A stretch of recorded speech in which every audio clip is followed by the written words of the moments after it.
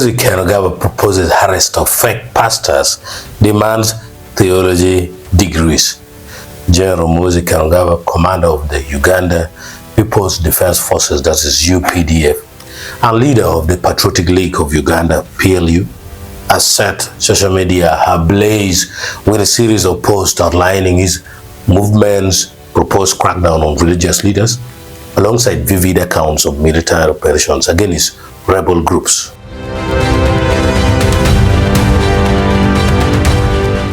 We will arrest all the fake pastors. In a post that quickly the near tens of thousands of views, the general issued a stark warning to unregulated religious leaders. You can be sure of one thing. The day PLU takes over government, we will arrest all the fake pastors and churches all over the country. The statement shared on his official X account signals a hardline approach to religious governance, should the PLU, widely viewed as a political vehicle for the general, assume national leadership. The post has drawn mixed reactions, with some Ugandans applauding a potential crackdown on pastors accused of exploitation, while others voiced concern over state overreach into religious affairs. At least have a theological degree. In a follow-up post, General Kainerugaba elaborated on the PLU's vision for church leadership, introducing a formal academic requirement. But our opinion as PLU is that you should at least have a theological degree before you lead a church. This proposal would mark a radical shift in Uganda, where thousands of Pentecostal and evangelical churches operate independently, have been led by self-styled pastors with no formal theological training. While proponents argue it would curb abuse and enhance accountability, religious liberty advocates warn that mandating government-approved credentials could infringe on constitutional freedoms of worship.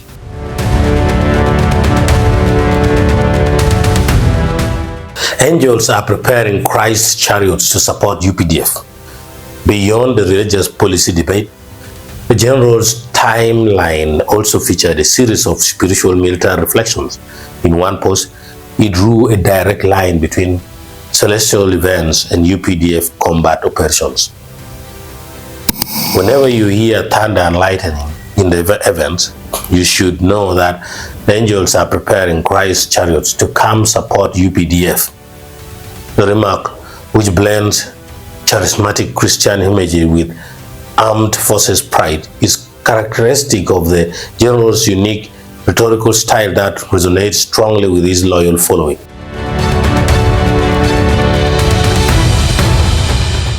Recounting the killing of LRA's tabule, General Kainerugaba also took a retroactive look at a 2-3 operation against the Lord's Resistance Army LRA.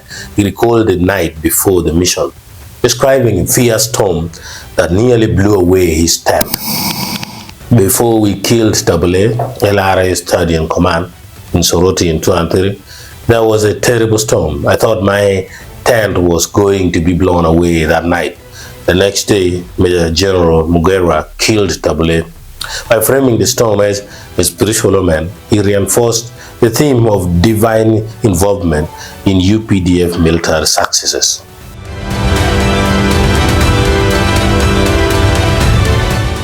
We killed the second and most senior ADF commander.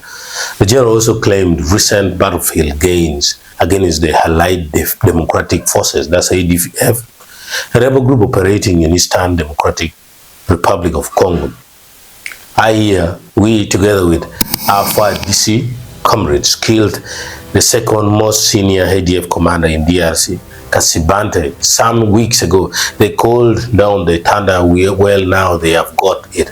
The post highlights ongoing UPDF coordination with the armed forces of the Democratic Republic of Congo, that's FARDC, and serves to bolster the general's image as a hands-on military leader.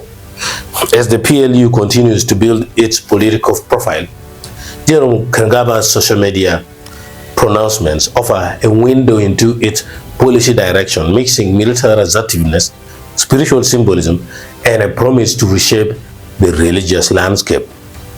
Whether the proposed regulations on pastors will translate into official policy remains to be seen, but the debate over faith, freedom, and state authority has been firmly reignited.